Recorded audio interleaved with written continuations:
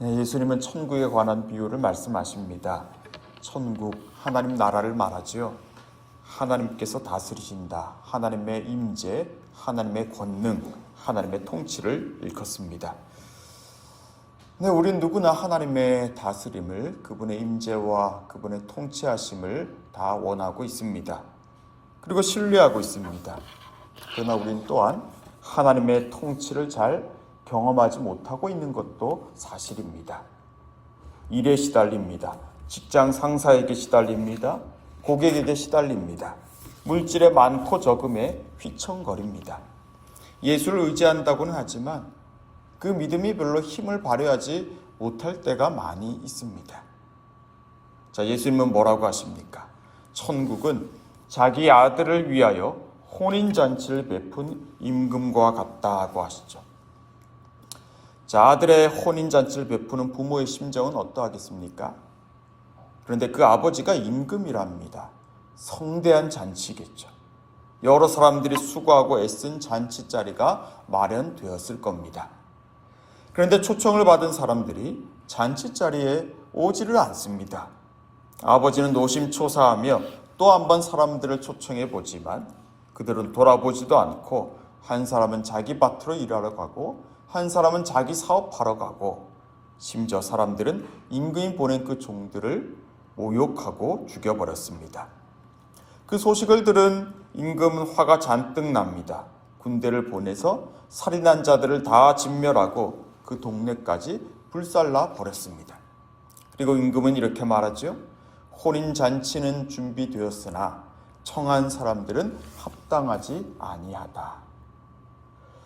네, 임금은 무척 실망하고 또 화가 났을 겁니다. 그래서 가지고 있는 무력으로, 가지고 있는 권세로 마을 전체를 다 불살라 버렸습니다. 그러나 그는 혼인잔치를 포기하지 못합니다. 종들을 보내서 길에 있는 사람들이라도 불러와 잔치 자리를 채우라고 하죠. 이제 그 자리에 드디어 손님들이 가득 찼습니다. 그런데 임금이 잔치 자리에 나와 보니까 거기에 예복을 입지 않은 사람이 와 있습니다. 임금은 서한들을 시켜 그 손발을 묶어 바깥 어두운 데 내던지라고 명하죠. 자, 여러분, 이게 예수님이 말씀하시는 천국에 관한 비유입니다. 천국, 우리가 그토록 원하고 그토록 바라고 있는 하나님의 통치, 하나님의 나라 치고는 너무 무시무시하지 않습니까? 우린 여기서 두 가지 중요한 점을 발견합니다. 그 첫 번째는 아버지는 아들의 혼인잔치에 대해서 아주 대단한 정성을 쏟고 있다는 점입니다.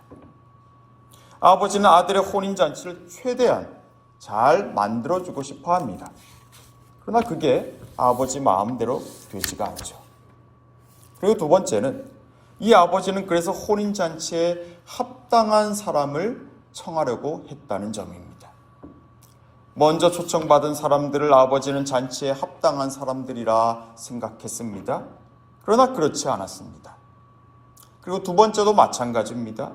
아버지는 잔치 자리에 예복을 입지 않은 사람을 보고는 그를 추방시키고 맙니다. 그는 그것에 합당하지 않다 여겼기 때문이죠. 예수님은 왜 이 이야기가 천국에 관한 비유라고 하시는 걸까요? 이렇게 추방당하고 거절당하고 심지어 죽음이 따르는 일이 어떻게 천국을 말해주는 걸까요? 그런가 하면 우리 각 사람은 과연 이 혼인잔치에 합당한 사람들일까요? 임금이 우리를 보았을 때 그가 우리를 보고 네가 잘 왔다, 너와 같은 사람이 이곳에 있어야 한다고 할까요? 아니면 너는 이 자리에 합당하지 않다고 하며 우리를 또 쫓아낼까요? 네, 우린 사실 천국과는 어떻게 보면 거리가 먼 사람들일 수도 있습니다. 아무리 우리가 도덕적으로 훌륭한 일을 해보지만 또 그렇게 하려고 해도 그 동기가 불순할 때가 있습니다. 그런가 하면 처음부터 우리는 하나님 나라에는 별 관심도 없을 수도 있습니다. 머리로는 하나님의 다스림이, 하나님의 통치가 필요하다 생각하고 있지만 마음 깊은 곳에서는 전혀 그렇지 않을 수도 있습니다. 다른 걸 원합니다. 내 마음이 원하는 건 하나님이 아니라 사람들의 인정과 그들의 칭찬일 수도 있습니다. 우린 분명 하나님 나라에 합당하지 않은 사람들입니다. 그러나 여러분, 하나님은 그런 우리를 알고 계십니다. 우리의 마음이 하나님이 아니라 다른 것에 사로잡혀 있고, 하나님이 아니라 다른 걸 더 사랑하고 있고, 다른 걸 더 추구하고 있다는 걸 하나님은 알고 계십니다. 그리고 끝내 우리가 거기에 다시 또 배반당하고 배신당하고 하나님 앞에서 후회하며 두려워 떨며 스스로 슬퍼할 것도 알고 계십니다. 근데 우리는 합당하지 않은 사람들입니다. 그리고 하나님은 그걸 누구보다 더 잘 알고 계십니다. 그러나 그분은 그런 우리를 쫓아내시지 않습니다. 그럼에도 그런 우리와 잔치를 즐기기를 원하십니다. 어떻게 그 일을 하실 수 있습니까? 우리가 그처럼 합당하지 않은데 말입니다. 오늘 비유에서 임금은 아들의 혼인잔치를 빛내기 위해 마을까지 불태우며 합당한 사람을 찾으려고 애썼지만, 우리 하나님은 합당하지 않은 이들과 함께 하시기 위해서 아들을 오히려 잔치자리에서 쫓아내셨습니다. 네, 우리 주님은 합당하지 않은 우리와 함께 하시려고 아들을 합당하지 않은 죄인으로 만드셨습니다.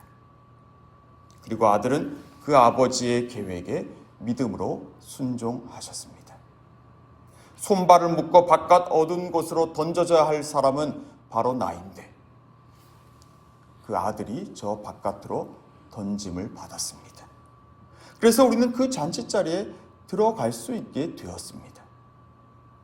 사랑하는 성도 여러분, 이게 바로 천국입니다. 오늘 예수님은 그 이야기를 우리에게 들려주고 계십니다. 오늘 저와 여러분을 향한 하나님의 그 통치하심, 이 천국은 계속되고 있습니다. 아들을 내어주시면서까지 우리를 그분의 자녀로 삼아 주셨는데, 하나님이 어떻게 그런 우리를 포기하시겠습니까? 그리스도 예수 안에서 나타내신 그 하나님의 사랑을 누가 과연 취소시킬 수 있겠습니까? 우리 안에 임한 하나님 나라를 기억하십시오. 그분의 그 어떤 것과도 비교할 수 없는 그 은혜를 여러분 붙들 수 있기를 바랍니다.